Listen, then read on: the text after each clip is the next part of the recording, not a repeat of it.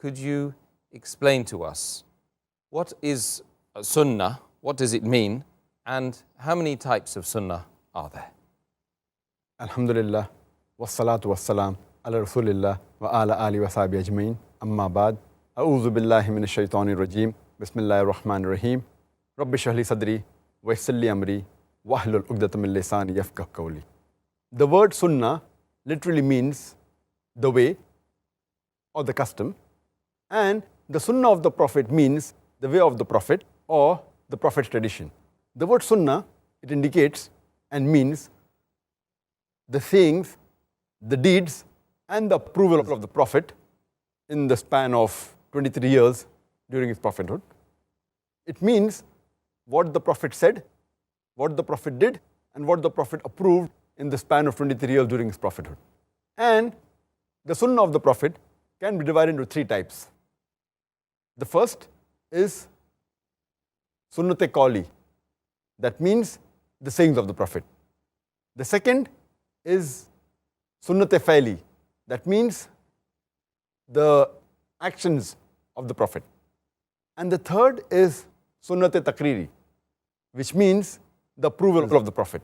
So basically, these three types of Sunnah are there in three different categories. Okay, that seems very straightforward. But could you perhaps, for the benefit of the viewers and myself, cite some examples of each of the different categories you've mentioned? The example of the first type of Sunnah, that's Sunnat-e Qawli, the sayings of the Prophet.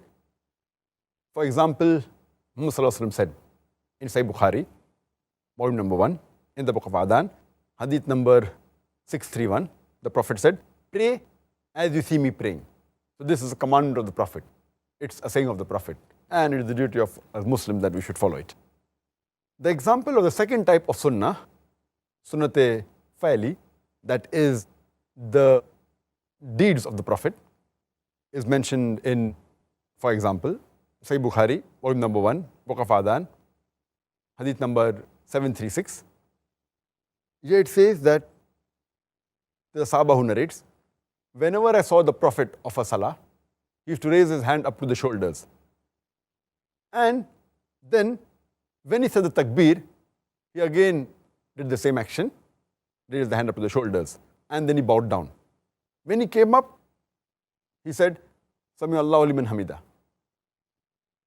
that Allah hears those who praise Allah subhanahu wa ta'ala.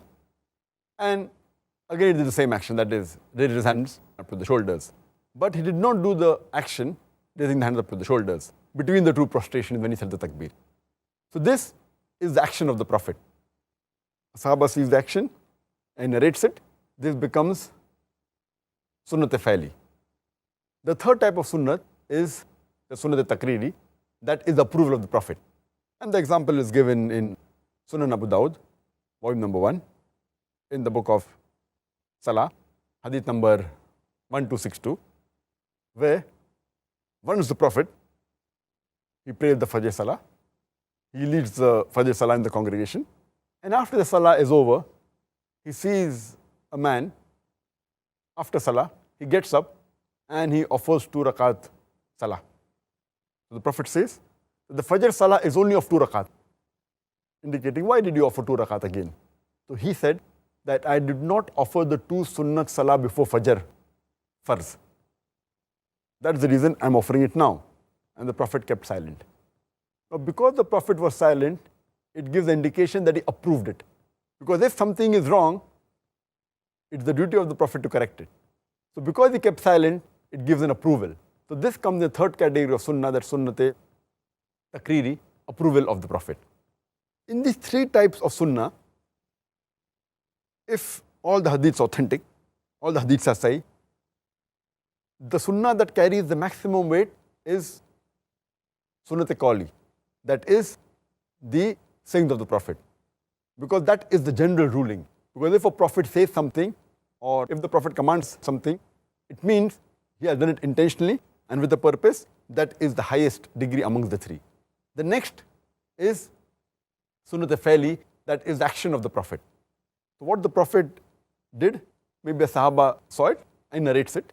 But there can be occasions where a prophet did certain things out of necessity, which may not be the normal norm. Therefore, the action of the prophet carries less weight than the sayings of the prophet. Saying is with consciousness, and that is the general ruling. And if there is a difference between the saying and the action of the prophet, the saying of the prophet carries more weight. Because maybe the action was done out of some reason or out of some purpose, which the person who's seeing it, he may not be aware of it. And we'll have such examples. I'll give some examples in future, inshallah, in this episode. And the third amongst the three is the sunnate takriri, approval of the prophet. That means he kept silent, that means it is approved, it is permissible.